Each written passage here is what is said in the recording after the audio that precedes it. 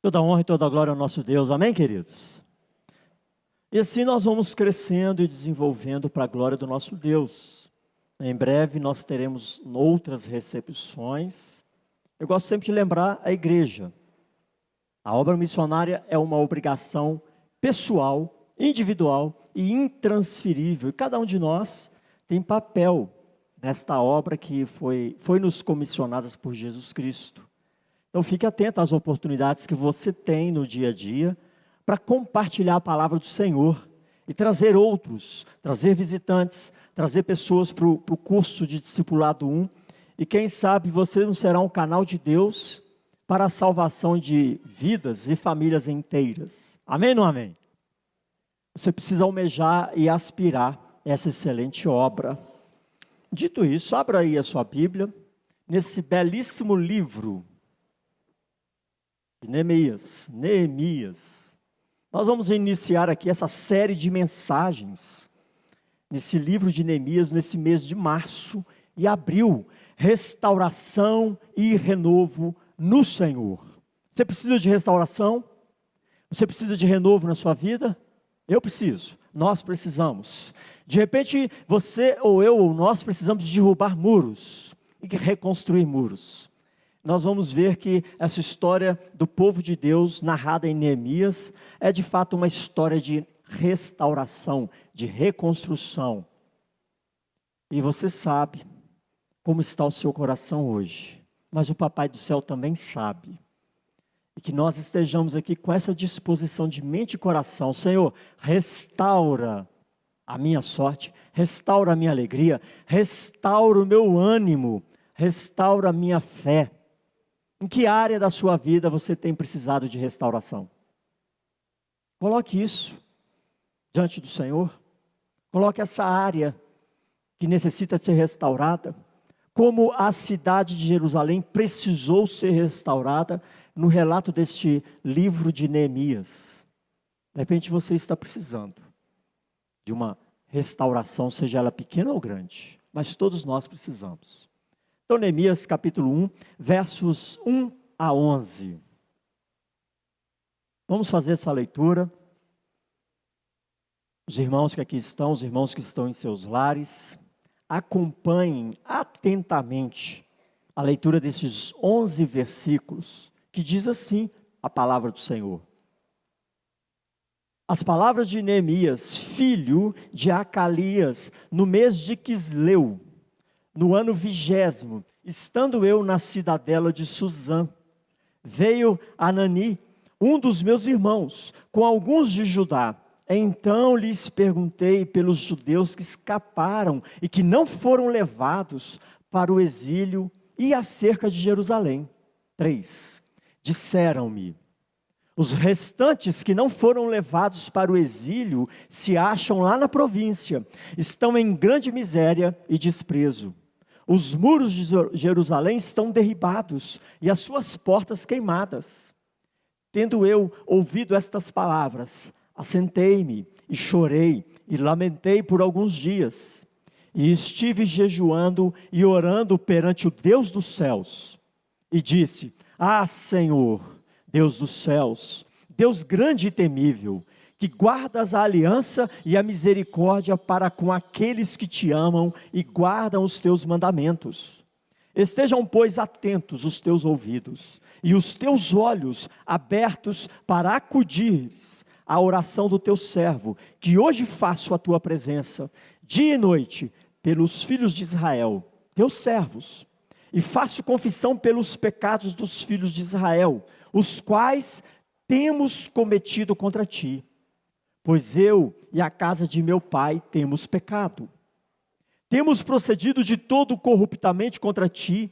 Não temos guardado os mandamentos, nem os estatutos, nem os juízos que ordenaste a Moisés, teu servo. Lembra-te da palavra que ordenaste a Moisés, teu servo, dizendo: se transgredires, eu vos espalharei por entre os povos. Mas se vos converterdes a mim, e guardardes os meus mandamentos, e os cumprirdes, então, ainda que os vossos rejeitados estejam pelas extremidades do céu, de lá os ajuntarei, e os trarei para o lugar que tenho escolhido para ali fazer habitar o meu nome. Estes ainda são teus servos e o teu povo que resgataste com teu grande poder e com tua mão poderosa. Ah, Senhor, estejam, pois, atentos os teus ouvidos à oração do teu servo e a dos teus servos que se agradam de temer o teu nome. Concede que seja bem sucedido hoje o teu servo e dá-lhe mercê perante este homem. Neste tempo, eu era copeiro do rei. Amém, queridos? Feche seus olhos. Ore ao Senhor. Que áreas da sua vida precisam ser reconstruídas, ou restauradas, ou renovadas? Que áreas da sua vida você precisa colocar hoje, amanhã, durante a semana, durante os meses, diante de Deus? Faça a sua oração. Peça ao Senhor: Senhor, fale comigo nessa noite. Não permita que eu saia daqui da mesma forma que eu entrei.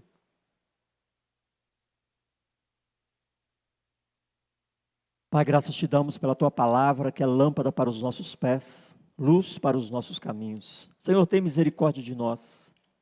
Nós te pedimos, ó Pai, em nome de Jesus, que teu Espírito Santo, o Mestre por excelência, quebrante os nossos corações, fale as nossas mentes, e que eu, ó Pai, enquanto ministro do teu Evangelho, não seja um instrumento de limitação da tua graça, mas usa-me, apesar de mim, usa-me para ministrar a tua graça e o teu poder a todos nós, porque carecemos, ó Pai, da tua graça e do teu poder, carecemos da ação do teu Espírito Santo, carecemos de ser convencidos, ó Pai, de encontrarmos, ó Pai, temor no Senhor, de sermos fortalecidos na fé no Senhor, carecemos da ação do Senhor em nós. Visita cada coração, visita cada lar aqui representado, os irmãos que estão participando por essa transmissão, visita esses lares, toca nesses corações, toca nessas mentes, e que possamos encontrar no Senhor o renovo, a restauração, a reconstrução que necessitamos nessa noite, que necessitamos para te servir da forma que o Senhor é digno de ser servido. Assim oramos nessa noite e clamamos a tua misericórdia, a tua graça sobre nós, em nome de Jesus. Amém, irmãos? Glória a Deus.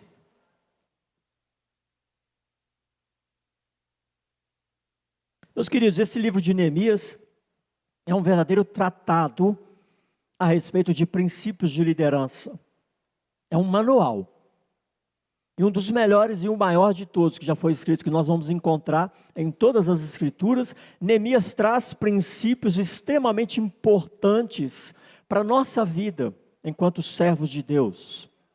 E que são princípios que são perfeitamente aplicáveis nos dias de hoje. Neemias é um livro pós-cativeiro. Ele é um livro pós-cativeiro. E quando eu falo de cativeiro, eu me refiro ao cativeiro da Babilônia, que o povo de Deus experimentou vários cativeiros, não é mesmo?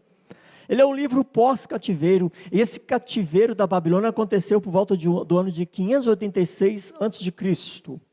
Jerusalém foi tomada pelos caldeus, o templo foi destruído, a cidade foi destruída e o povo foi levado em cativeiro. E ali permaneceram por 70 anos. Esse cativeiro só mudou, só terminou, porque se levanta outro império, o Império Medo-Persa, pelo rei Artaxerxes.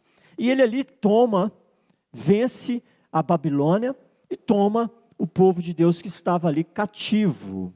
E aos poucos, o povo de Deus vai voltando para Jerusalém. Eles vão voltando, vão retomando aos poucos para sua terra. E tudo isso foi acontecendo ao longo dos anos. Jerusalém já estava debaixo de escombros há 120 anos. Pensa nessa data aí, nesse período, 120 anos de escombro. E o povo de Deus está voltando, e Deus vai levantando servos para falar ao seu povo. Levanta Zorobabel, levanta Esdras, levanta os profetas Ageu e Zacarias, vai levantando esses servos para reerguer o povo, para encorajar o povo, para avivar aqueles corações. servos de Deus que estavam tomados em cativeiro e agora ainda debaixo do cativeiro do Império Medo-Persa, mas estavam voltando para Jerusalém. E nesse tempo, nesse período, Neemias, um servo de Deus, recebe uma visita muito interessante.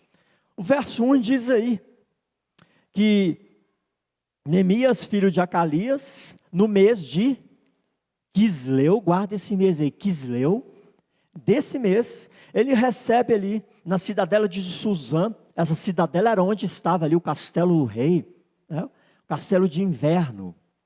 Ele estava ali localizado naquele lugar.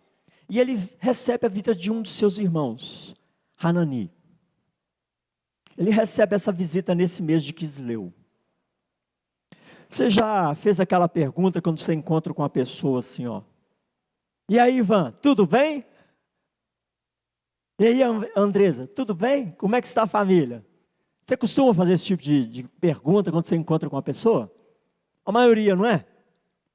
Muitas vezes nós fazemos essa pergunta, e quando ele recebe o seu irmão, ele pergunta a respeito do povo. Diz aí o verso 2, que ele pergunta pelos judeus que escaparam, e pergunta a respeito da cidade de Jerusalém. Como é que estão os nossos irmãos, o nosso povo, aqueles que escaparam? Como é que está a cidade? Essa é uma pergunta muito natural, muito comum. Todos nós muitas vezes fazemos isso até mecanicamente, não é? Às vezes nem queremos saber, mas é uma pergunta politicamente correta, socialmente agradável. E aí a pessoa muitas vezes responde aquela pergunta também socialmente agradável. Tudo bem, está tudo ruim, mas a pessoa responde que está tudo bem. Mas aqui Hanani, ele responde a Neemias qual era a situação daquele povo. Neemias perguntou: como é que está o povo? Como é que está a cidade? E no verso 3, nós temos a resposta. Os restantes que não foram levados para o exílio e se acham lá na província, de que forma eles estão? Em grande miséria. O povo de Deus já se encontra lá na província e estão em grande miséria. Ou seja, grande miséria, irmãos, vai além da miséria, né? Abaixo da linha da miséria. Grande miséria. Você já experimentou esse estado de grande miséria? Eu creio que não. Eu nunca experimentei. Você já experimentou um estado de miséria? Aqui entre nós isso não é tão comum.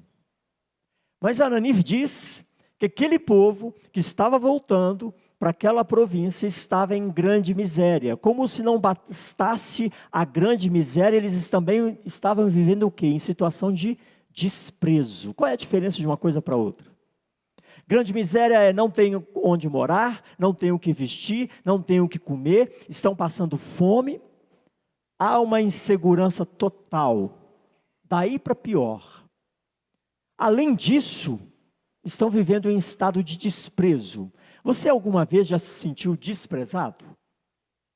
Esse povo era desprezado, porque eram pessoas que estavam em cativeiro, pessoas que estavam retornando de um exílio da Babilônia, pessoas que estavam voltando para uma cidade que era a sua cidade, mas com um ambiente totalmente hostil. Desprezo, irmãos, que nós experimentamos nos dias de hoje, talvez não se compare aos desprezos daquela época. A pessoa já está vivendo em grande miséria, além disso tem um desprezo. Não é notada, não é percebida, não é vista, e se for possível ainda, é injustiçada. É passada para trás, é escorraçada, é tratada pior do que um animal. Era assim o estado daquele povo. Grande miséria, desprezo. Essa era a situação das pessoas. E a cidade como estava? Aquele irmão diz: os muros de Jerusalém estão derribados e as suas portas queimadas. Irmãos, principalmente naquela época, e nos dias de hoje até com uma certa moderação também, muro naquela época significava e era de extrema importância para qualquer cidade. Significava e representava segurança. Hoje também, não é? mas não como antigamente. Antigamente o pessoal vivia em pé de guerra, e se tinha muro, você atrasava o ataque dos inimigos. Hoje em dia nós erguemos muros e cercas elétricas, porque não gostamos de viver em segurança, né? Queremos um ambiente seguro. Mas a cidade estava totalmente, com os muros totalmente destruídos, não havia segurança nenhuma. Qualquer um que quisesse levar, vamos recolher uns escravos, vamos ali em Jerusalém, tem um bocado de gente ali para a gente tomar como escravo. Não tinha proteção nenhuma. As portas estavam queimadas. Qual a implicação de uma porta? O muro gera segurança, impede que qualquer pessoa entre ou saia. E a porta? Restringe o acesso. Não é? Imagina você dormindo na sua casa com aquele muro bonito, cerca elétrica e sem portão. Você vai dormir em paz? Não vai, né? Ou seja, você não tem nenhuma autonomia sobre quem entra e quem sai. E assim estava a cidade. Muros derrubados, portões queimados. Grande miséria, desprezo, total insegurança, nenhuma autonomia sobre quem entrava e quem saía. Assim estava o povo de Deus, quando estavam retornando do cativeiro da Babilônia. E lá eles estavam vivendo nesse estado. Muitas vezes, irmãos, quando nós perguntamos, e aí fulano, como é que você está? Aí a pessoa muitas vezes é até honesta em dizer, estou assim, estou assado, estou passando uma luta tremenda. Até que ponto isso te impacta? Até que ponto isso realmente mexe com você? Eu não sei quanto a você, mas no caso de Neemias, isso mexeu profundamente com ele. Olha qual é a reação de Neemias. Ele não deu de ombros. Ele não disse, vou orar por você e esqueceu o assunto. A gente muitas vezes faz isso, não é? Verso 4 diz assim, tendo eu ouvido estas palavras, assentei-me, chorei e lamentei por alguns dias, e estive jejuando e orando perante o Deus dos céus. Aquela pergunta de Neemias não foi uma pergunta socialmente correta, foi uma pergunta de quem se importa, de quem se interessa com o seu povo. E quando ele ouve e toma conhecimento daquela situação, ele não fica indiferente, impassível, ele se assenta, ele chora, ele lamenta, mas ele vai além disso, ele jejua e ele ora perante o Deus dos céus. Assentei-me e chorei e lamentei. Qual foi a última vez que você jejuou pela sua igreja, pelo seu povo? Qual foi a última vez que você lamentou e chorou por um irmão, por uma irmã que está passando por uma situação de dificuldade, desprezo? Ou quem sabe uma pessoa que meteu os pés pelas mãos e se desviou dos caminhos do Senhor. Qual foi a última vez que você chorou por uma irmã ou um irmão nesse estado? Que você jejuou, que você orou perante o Deus dos céus. Quem sabe qual foi a última vez que você jejuou, orou e chorou por um cônjuge, por um filho, por uma filha, por um irmão? A pergunta de Neemias era uma pergunta de quem se importava, de quem se interessava, porque ele se sentia parte daquele povo. Esse sentimento de pertencimento, irmãos, é um sentimento que todos nós precisamos ter em relação à igreja de Cristo. É a primeira observação que eu quero deixar para a nossa meditação nessa noite. Sinta-se parte da solução. Sinta-se parte da solução. Você tem um irmão passando lutas, você vê a igreja passando por dificuldades, sinta-se parte da solução. Neemias não chorou, não lamentou, não jejuou, não orou ao Deus dos céus por interesses pessoais, por vaidades e necessidades suas, egoístas. Não foi por interesses e necessidades daqueles que não criam no Deus dos céus. Foi por interesses e necessidades do povo de Deus que estava em grande miséria e desprezo. Amém, irmãos? Nós precisamos nos sentir parte da solução. Solução em relação àquelas lutas que o povo de Deus enfrenta. Quais são as lutas que você tem enfrentado enquanto servo de Deus? Quais são as dificuldades que a igreja do Senhor tem enfrentado enquanto representante de Deus nesse mundo que jaz em trevas? Sinta-se parte da solução. Desenvolva esse sentimento de pertencimento. É o meu povo, é a minha igreja. Eu não posso ficar indiferente em relação às lutas e dificuldades. Eu preciso fazer algo. E esse algo precisa iniciar com jejum e oração. Nenhuma grande obra vai prosperar se não colocarmos perante Deus dos céus. Amém, irmãos? Jesus, o nosso intercessor por excelência, dava esse exemplo. Antes de todo grande milagre, ele estava ali orando ao Deus dos céus. Jerusalém estava debaixo de escombros durante 120 anos. E a partir de uma ação intercessória de um servo de Deus, essa realidade mudou. Então acompanhe essa série de mensagens até o final do mês de abril. 120 anos de miséria, de escombros. E descubra quanto tempo foi necessário para que Deus agisse na história do povo. Porque um servo intercedeu, um servo se comprometeu, um servo se sentiu parte da solução. Descubra no final dessa série de mensagens quanto tempo levou para que aquela cidade recebesse restauração. Para que aquele povo recebesse renovo. 120 anos de escombros. Fica aí o para casa. Se você não descobrir até o final de abril, você me pergunta depois. Ai, ai. Meus queridos, o maior problema que nós enfrentamos não são as dificuldades. A gente tem um erro de pensar que o maior problema que nós enfrentamos são as dificuldades. Dificuldades da vida, do dia a dia. Mas o maior problema que nós, enquanto povo de Deus, enfrentamos é a indiferença e a falta de envolvimento daqueles que estão ao nosso redor. Esse é o maior problema.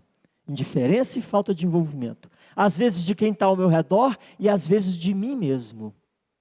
Às vezes eu compartilho uma necessidade de oração, o irmão fala, vou orar. Nem naquele momento ora, muito menos depois. Indiferença e falta de envolvimento. E a gente às vezes faz isso, não é mesmo? Reunião de oração 18 horas. Venham orar. Nós temos muitos compromissos e muitas outras obrigações e não temos tempo para nos unirmos enquanto igreja para interceder perante o Deus dos céus. E nós precisamos, meus queridos, quebrar essa inércia, vencer os obstáculos e enquanto igreja interceder. Nos colocar perante o Deus dos céus, a apresentar as lutas, as tribulações, os impedimentos para o avanço do reino de Deus. E clamar, para que Deus haja em nós e através de nós. Foi isso que Neemias fez. Ele foi tocado por aquela situação.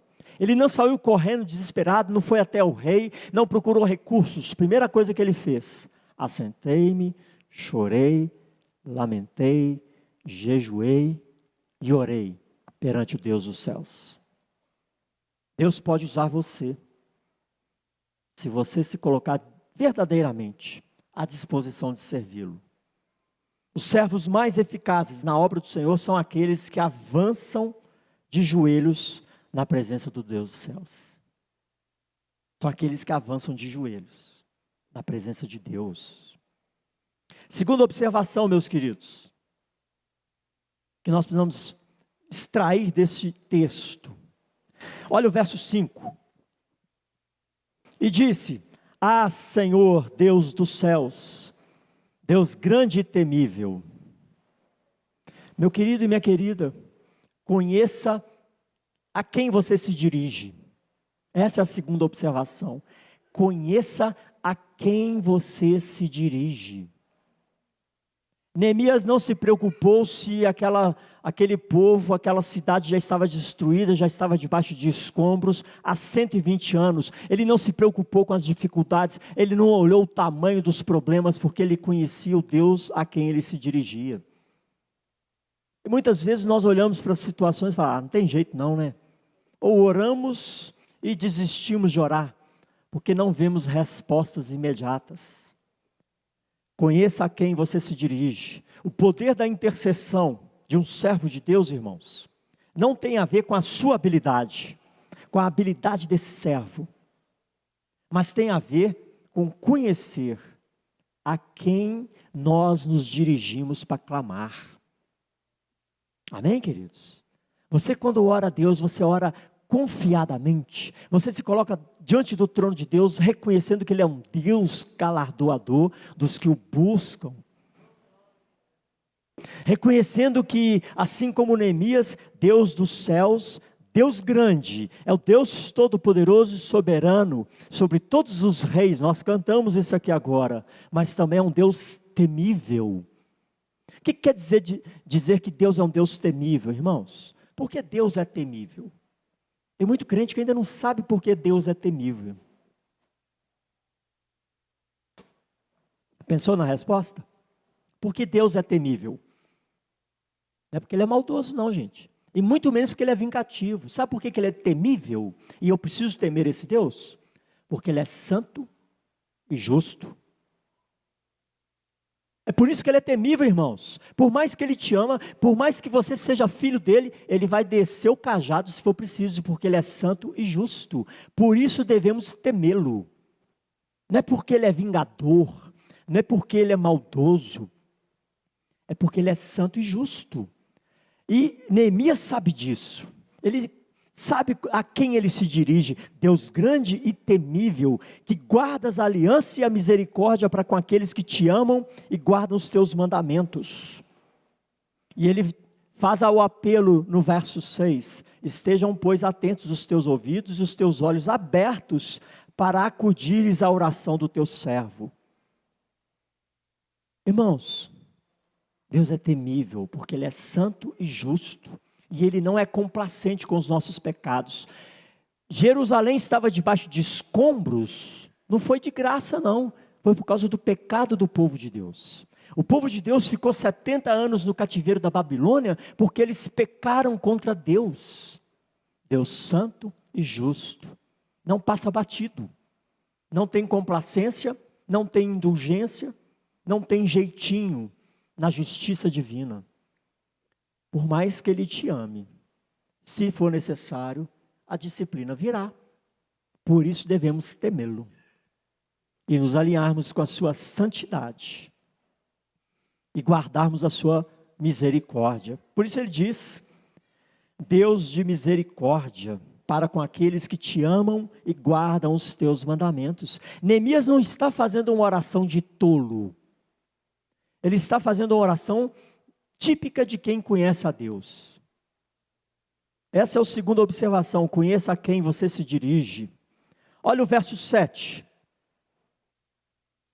Temos procedido de todo corruptamente contra ti, não temos guardado os mandamentos, nem os estatutos, nem os juízos que ordenaste a Moisés, teu servo. Ele está reconhecendo, essa miséria toda é porque nós pecamos contra o Senhor.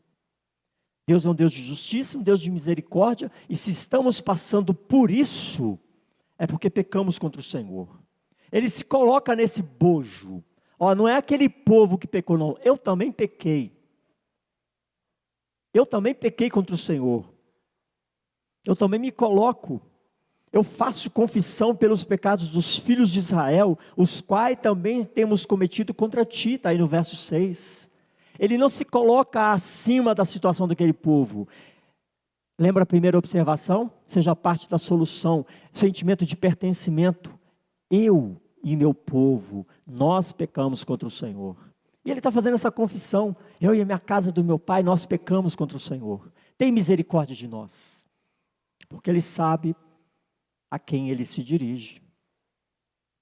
E ele continua essa belíssima oração, no verso 8, que diz assim, lembra-te da palavra que ordenaste a Moisés teu servo, dizendo, se transgredirdes, eu vos espalharei por entre os povos. Foi exatamente o que aconteceu com Jerusalém. Transgrediram, foram espalhados. Terceira observação, irmãos. Eu e você precisamos ficar atentos quando oramos. Queridos, ore a Deus nos termos da sua aliança. Nós não podemos tentar a Deus. Nós não podemos querer afrontar a Deus com as nossas orações. Ore a Deus nos termos de sua aliança. Nós precisamos entender a aliança de Deus e onde nós estamos nessa aliança.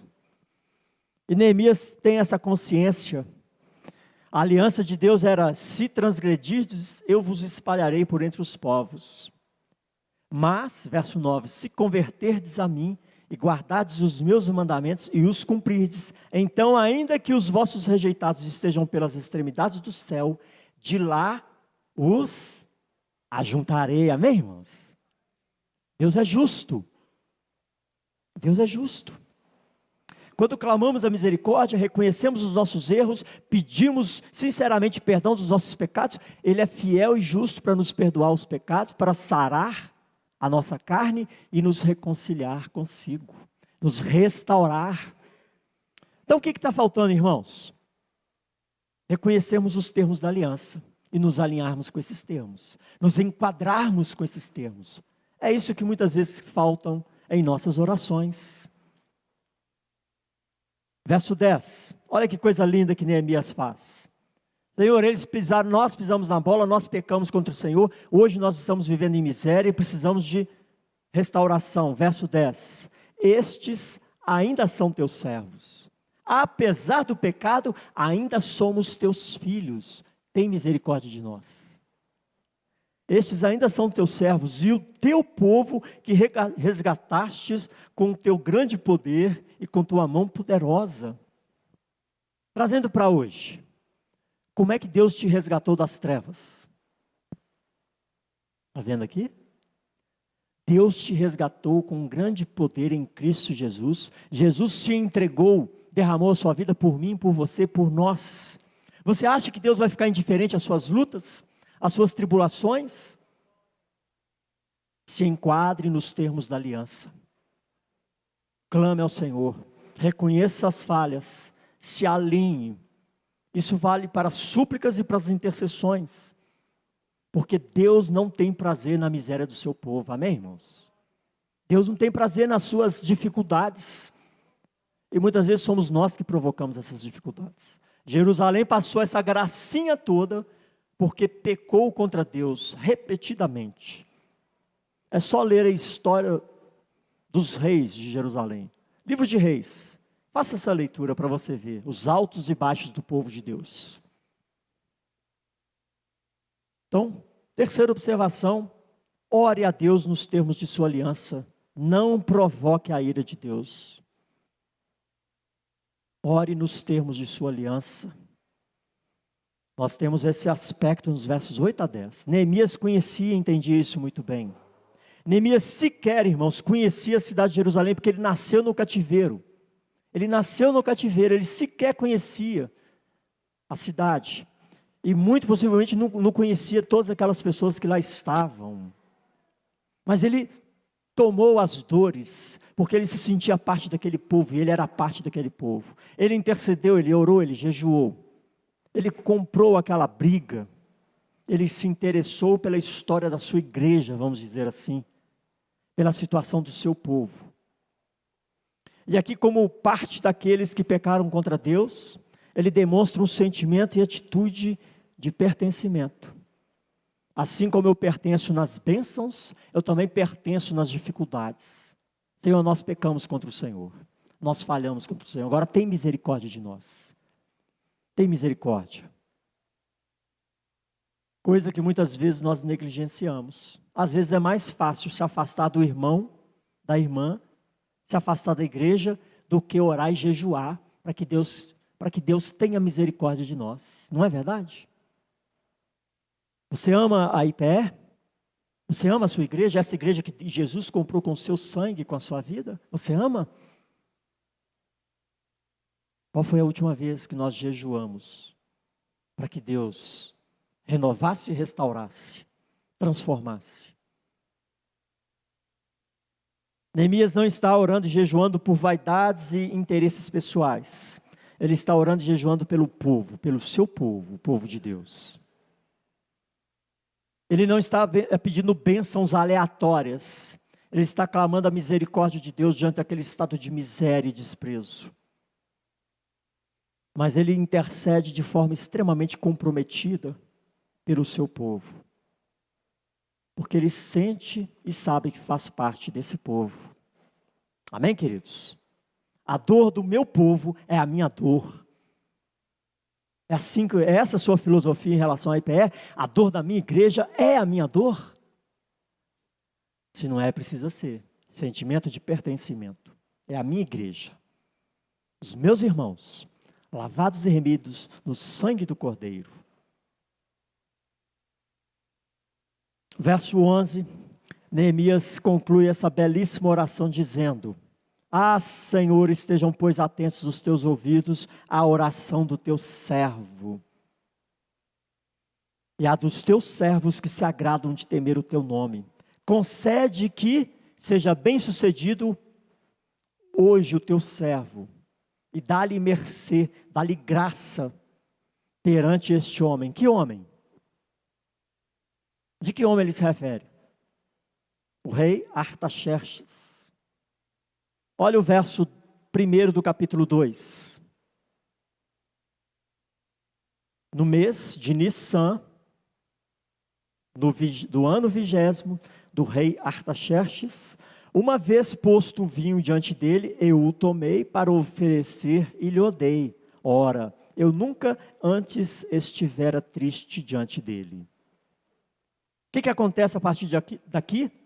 Domingo que vem, nós vamos meditar a esse respeito. Mas qual era a oração de Neemias? Senhor, me conceda graça diante desse homem. Eu estarei servindo à mesa do rei. O copeiro do rei, ele servia a refeição, as bebidas do rei. Era um cargo de confiança, uma posição de status. Ele comia do melhor, ele estava sempre no palácio real, estava sempre próximo ao rei naquele momento mais íntimo, momento de refeições. Ele provava da refeição e depois passava para o rei. Você sabe por quê, né? É um dispositivo de segurança contra veneno. É um cargo de confiança, mas altamente perigoso. Esse era o papel um dos papéis do copeiro do rei, não é? Agora percebeu aí qual mês? Em que mês que ele se encontrou com o rei Artaxerxes? Qual o nome do mês? Nissan. Quisleu, ele tomou conhecimento da situação do povo e da cidade. No mês de Nissan, ele tem a oportunidade de estar na presença do rei. Sabe quanto tempo passou de Quisleu a Nissan? 4 meses. 4 meses orando, lamentando e jejuando pelo povo de Deus. Irmãos, não foi uma coisa que ele ouviu agora e de noite já estava na presença do rei, não. 4 meses intercedendo a Deus para ter essa oportunidade. E nós precisamos, irmãos, desenvolver essa atitude comprometida com o reino de Deus, com o reino e com o seu povo, de orar e jejuar, de forma perseverante, incessante, incansável. Porque as lutas que possam parecer intransponíveis, invencíveis, aquelas que nós não vamos conseguir superar, para Deus nada é impossível, amém, irmãos? Se existem lutas e desafios, necessidades que precisam serem superadas, ore, jejue, busque ao Senhor, busque o poder e a sabedoria do Senhor, para agir e fazer aquilo que precisa fazer no tempo certo e do jeito certo. 4 meses, ele orou, jejuou, até que estivesse na presença do rei. E ali ele está pedindo: Senhor, eu quero que o Senhor me dê graça, que eu encontre mercê na presença desse homem. Homem temível. Ele era temível porque não era justo. Ele era temível porque era imperfeito. Esse sim, temível no sentido negativo. Imagina o copeiro chegar para o rei e pedir qualquer coisa em relação a um povo que é um povo vencido, escravo. Neemias intercedeu, Neemias orou, e com esse verso 11, quero trazer a 4ª e última observação, irmãos. Quais são as lutas que você tem vivido? Quais são as barreiras intransponíveis?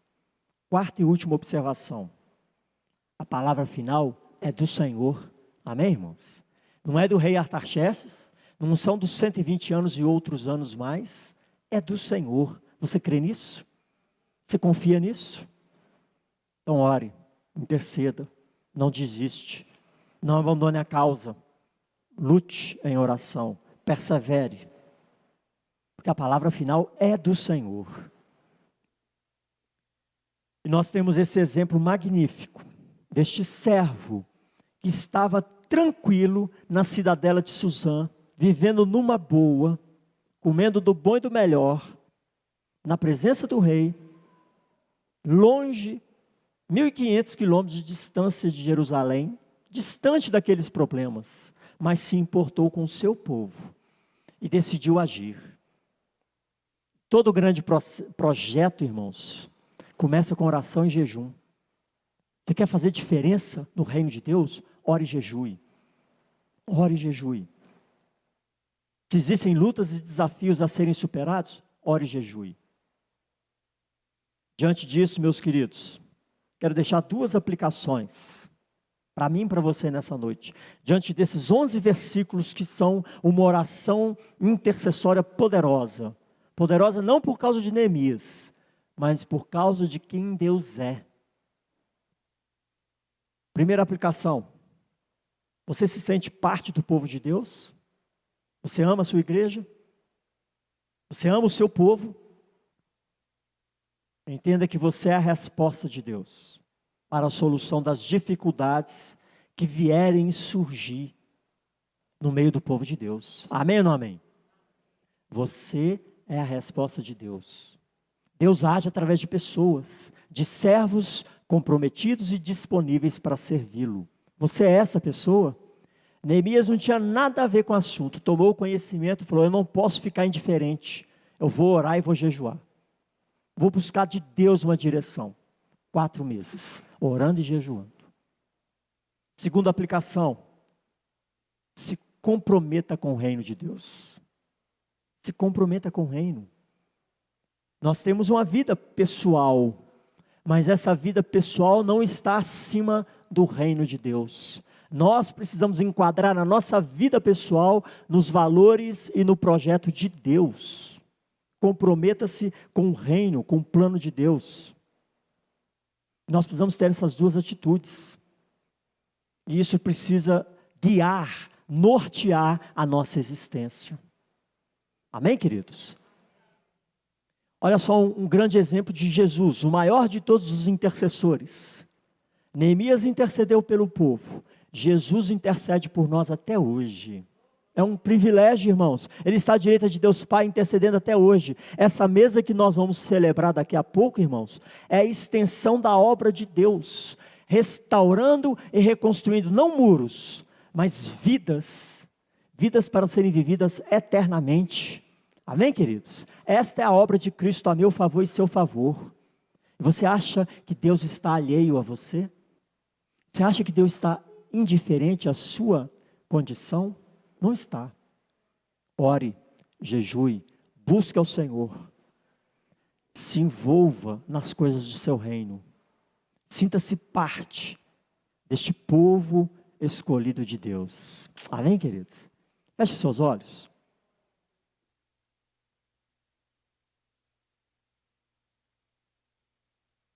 Ore ao Senhor.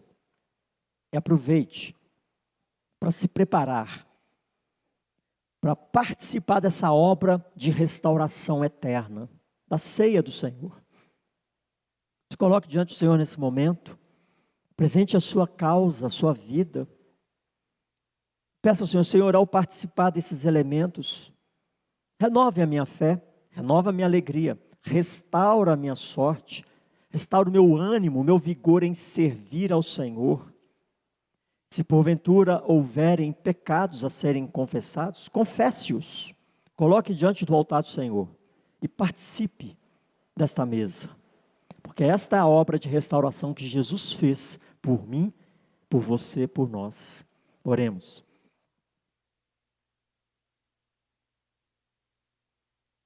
Pai, graças te damos pelo privilégio que temos de participar da mesa do Senhor.